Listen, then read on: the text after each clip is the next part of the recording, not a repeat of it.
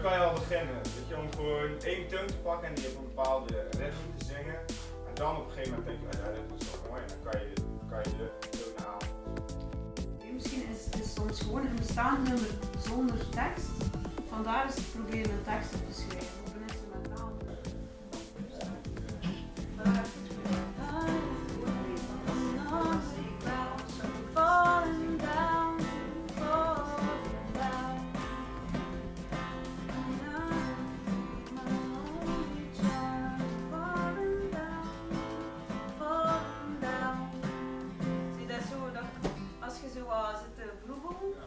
Dan komen er altijd zo vanzelf woorden in je hoofd. En ook luisteren natuurlijk hoe liedjes in elkaar zitten. En gelijkenissen tussen de nummers. Jullie allemaal voor het podium.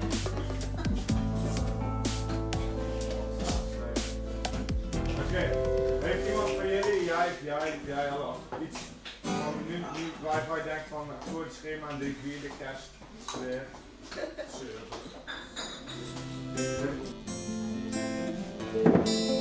Ja, nu kan je gewoon, nu kan er iets van zakken. Ja.